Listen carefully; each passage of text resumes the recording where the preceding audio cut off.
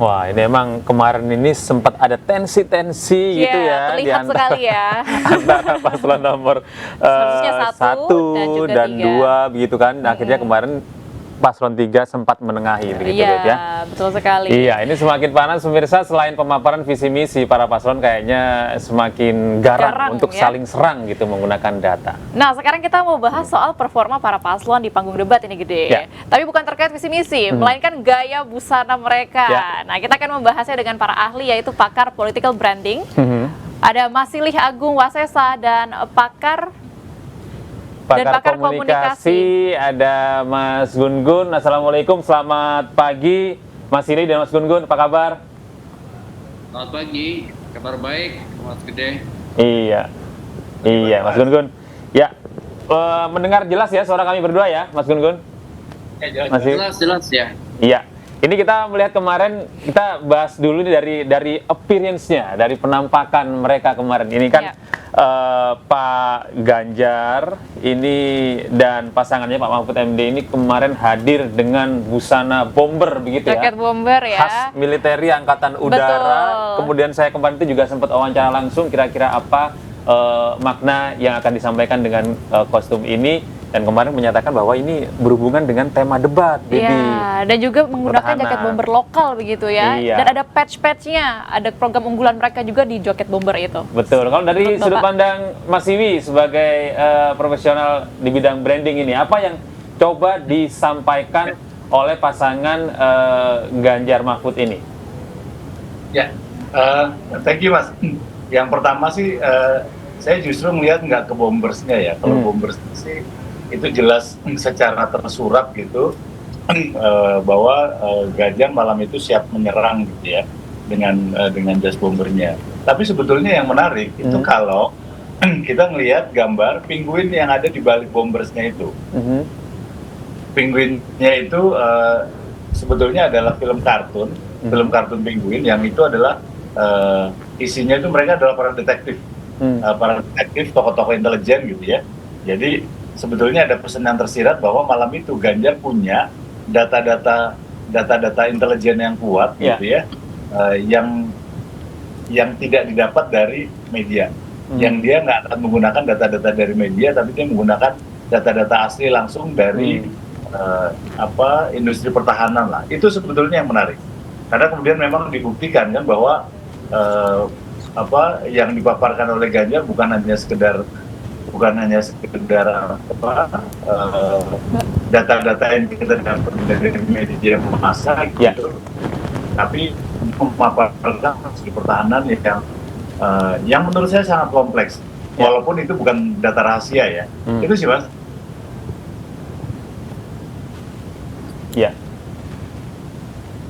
Iya, sempat terputus sedikit tadi ya. Putus, Oke. baik. Kalau dari Mas Gun-Gun sendiri, seperti apa Mas Gun-Gun komunikasi yang coba dibangun kemarin ini antara ketiga pasang paslon di debat ketiga kemarin? Menurut Anda Mas Gun-Gun, apa yang menarik untuk diperhatikan? Menurut saya debat ketiga ini semakin memperteguh perbedaan gaya komunikasi politik di panggung debat ya. Cukup berbeda dengan debat pertama yang masih wait and see. Di debat ketiga saya lihat mereka kembali ke gaya aslinya masing-masing. Contoh misalnya Pak Anies itu semakin memperteguh gaya the structuring style atau gaya berstruktur, baik ofensif maupun defensifnya itu titik tekannya pada kekuatan retorika gitu ya, diksi-diksi yang itu memang sejak awal segmen 1 sampai segmen 6 itu terasa sekali benang merahnya di situ. Structuring style itu gaya runut ya, gaya pola pikir yang berstruktur yang kemudian biasanya ditunjang dengan kekuatan diksi. Kalau orang retorika melihatnya dari aspek misalnya logosnya, etosnya maupun patosnya. Nah ini kalau kita sederhanakan misalnya bicara soal data atau argumen, kemudian aspek kredibilitas, misalnya sentuhan emosi gitu, kira-kira itu yang kemudian tetapi kemudian di debat ketiga ini Pak Anies saya lihat terutama di segmen 4 dan 5 itu kedodoran terutama di data ya. Itu yang kemudian saya lihat ya, ada sisi kurang, terutama pada saat misalnya dialektika dengan dua pasangan calon lainnya, terutama di data. Kemudian pasangan nomor 2 itu juga semakin memperkuat gayanya, yaitu yang disebut dan dynamic style ya. Gaya dynamic style itu kecenderungannya asertif ya, to the point. Dan kalau kita lihat Pak Prabowo itu nampak ekspresi di beberapa kesempatan lebih emosional. Memang kita tahu bahwa debat itu pasti di bawah tekanan ya, karena tentu akan ada serangan-serangan. Nah, disitulah gaya asli Pak Prabowo saya lihat nampak menguat, terutama. Nah, memang beliau kan dynamic style ya, sama halnya seperti dynamic style itu dimiliki oleh Pak Amin Rais atau Sri Bintang Pamungkas atau Pak Ahok, itu kan gaya-gaya dynamic. Nah, kemudian yang ketiga, kalau kita perhatikan dari sisi gaya, Pak Ganjar itu juga nampak gaya aslinya, yaitu equalitarian style. Misalnya gaya equalitarian itu gaya kecenderungan hangat merangkul begitu ya, dan dalam beberapa hal biasanya itu ingin kemudian punya yang disebut retoris begitu ya. Itu nampak dikemas oleh Pak Ganjar. Tetapi memang dari dua segmen, terutama segmen 4 dan 5, posisi Pak Ganjar dan posisi Pak Anies Baswedan memang sama-sama menyerang, terutama titik serang yang sama, yaitu Pak Prabowo. Kenapa? Karena ya tentu Pak Prabowo adalah sebagai incumbent Menhan ya. Lalu Mas Gun-Gun, ini kalau tadi dibilang style debatnya masing-masing memang berbeda-beda, lalu apakah personal ataupun juga political branding masing-masing paslon ini sudah ditampilkan dengan busana mereka di setiap debat yang sudah berjalan? Ya, itu kan udah jelas ya, sebagai bagian dari political branding ya, mereka dari awal kan menggunakan caranya berbeda-beda. Kayak misalnya Pak Anies ya rata-rata menggunakan baju putih dan jas ya. Kan di debat perdana juga begitu ya. Kemudian Pak Ganjar saya lihat tidak satu tampilan ya, Mas Ilih ya, itu berganti-ganti begitu ya. Dan meskipun dari sejak debat pertama ada tulisan tas-tas ya, itu sebagai narasi gitu, satset, itu sebagai narasi, dan itu ya wajar ya, sebagai bentuk identitas begitu ya. Kemudian Bowo kan juga konsisten dengan pakaian yang dipakai di debat perdana. Kalau dari sisi itu menurut saya kecenderungannya mereka memang punya cara persuasi ya masing-masing, dan itu akan sangat bergantung pada segmen yang kemudian mereka sasar begitu ya, terutama mereka yang belum menentukan pilihan atau undecided. Ya, Mas Iwi, kalau kita perhatikan bagaimana tadi yang dibilang oleh Mas Gun-Gun bahwa ada konsistensi dalam berpakaian begitu kan. Ini paslon nomor urut 1 dengan jas, kemudian paslon nomor urut 2 dengan konsisten dengan baju biru begitu ya. Kemudian yang paslon nomor urut 3 konsisten dengan busana-busana yang sesuai dengan tema debat ya. Nah, kalau menurut Anda apakah ini cukup efektif gitu mempengaruhi para pemilih di rumah yang menyaksikan acara debat? Terutama anak muda mungkin, Mas Ilih. Dalam konteks penampilan awal itu sangat berpengaruh gitu ya, karena debat itu kan yang dibangun sebelum sampai fase debat, sebelum kita saling adu argumen gitu ya. Itu kan kita harus membangun impresi nih. Kita harus membangun impresi ke target pemilih nih. Nah, itu impresi itu yang sekarang sedang dibangun oleh paslon nomor 3 sebetulnya. Secara penampilan, karena berbeda dengan paslon nomor 1 dan nomor 2 gitu. 03 itu mereka menggunakan tematik. Kalau kita lihat dari pertama, kedua, dan ketiga gitu. Pertama, Ganjar memposisikan dengan baju satset tulisan putih, Pak Mahfud juga sama gitu.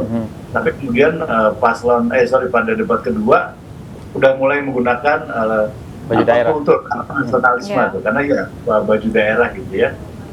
Terus yang baru yang ketiga kemarin menggunakan beberapa idiom yang salah satunya tadi yang saya sebut, Ganjar menggunakan penguin di dalamnya gitu. Ini menarik sebetulnya, karena pesan secara visual sudah ditampilkan. Nah, persoalannya adalah bagaimana kemudian mengaktifasi pesan baju menjadi dalam narasi. Ini jadi PR. Ya. Kalau kita bicara pada saat pertama, pada debat yang pertama, narasinya Ganjar tidak cukup kuat. Ya. Artinya sat-set itu tidak muncul tuh di permukaan. Tapi yang ketiga, dengan data rahasia Kemenhan, dengan baju penguinnya itu nyambung banget. Itu nyambung banget. Jadi menurut saya itu yang akan disampaikan oleh masing-masing paslon. Dan seperti Mas Gun-Gun bilang tadi, Anies juga konsisten untuk secara terstruktur dengan bajunya, baju formal, baju putih dikasih jas gitu ya, pemikirannya terstruktur dan tajam dengan data gitu. Itu yang menarik sebetulnya. Dan Prabowo juga sama dengan Gibran, dari awal bajunya putih gitu ya. Ya itu lebih mencerminkan pada bahwa warna yang paling netral di antara warna-warna yang lain itu adalah baju biru. Udah, baju birunya Prabowo dan Gibran itu baju yang paling pas sebetulnya kalau disandingkan dengan beberapa calon yang lain, terutama untuk masuk ke billboard dan lain sebagainya. Jadi itu sih sebetulnya kalau Prabowo sama Gibran lebih pada meneruskan apa yang sudah dikampanyekan di luar, tidak menyesuaikan dengan tema debatnya itu sendiri. Ya, kalau Anda melihat baju yang dikenakan, kalau ini kan kita lihat pasangan nomor 3 konsisten dengan tema debat begitu ya. Nah, kemudian nomor 1 tadi konsisten dengan baju polos dengan jas hitam begitu. Kemudian Pak Prabowo dan Gibran dengan busana warna biru ya, Mas ya. Itu kita apa yang coba disampaikan dengan simbologi warna mungkin dan bentuk pakaian yang digunakan? Iya, kalau biru itu kan sebetulnya lebih banyak pada visi ya. Warna biru itu kan warna langit, warna memberikan harapan gitu. Sehingga saya melihat Prabowo dan Gibran berharap mereka akan memberikan banyak harapan ke masyarakat. Makanya kemudian yang dibicarakan oleh Prabowo oleh Gibran dalam debat itu sesuatu yang sifatnya teknis dan di masa depan mau ada apa gitu ya. Sehingga muncul beberapa tuduhan bahwa kok teknikal banget nih gitu ya. Itu yang dilakukan. Kalau sementara untuk Anies 01 memang sesuai tadi bahwa seorang pemimpin visi misi itu harus dengan gagasan, harus dengan ide, harus dengan data. Nah, Ganjar beda lagi nih sama Prof. Mahfud ya. Dia memang menyesuaikan banget modelnya seperti apa, nanti yang akan dibicarakan apa. Nah, itu dipaparkan di situ. Jadi masing-masing punya style. Menurut saya mereka mencoba menarik perhatian masing-masing pemilih tuh. Baik. Kita ke Mas Gun-Gun. Terakhir ini Mas Gun-Gun, harapannya apa yang ingin dilihat di debat keempat nanti, debat cawapres ya, dengan tema energi, sumber daya alam, sumber daya mineral, pangan, pajak karbon, lingkungan hidup, dan masyarakat adat. Harapannya apa yang ingin dilihat nanti? Harapannya menurut saya para kandidat mampu memanfaatkan ya momentum debat itu untuk memberi keyakinan pada pemilih terutama dengan memanfaatkan waktu yang terbatas. Jangan kemudian selalu berkelit misalnya ini tidak cukup waktunya, ini tidak dalam debat ya. Karena waktu itu bisa 5 menit, bisa 4 menit, bisa 3 menit, itu bagaimana mengartikulasi data, ini seninya di situ.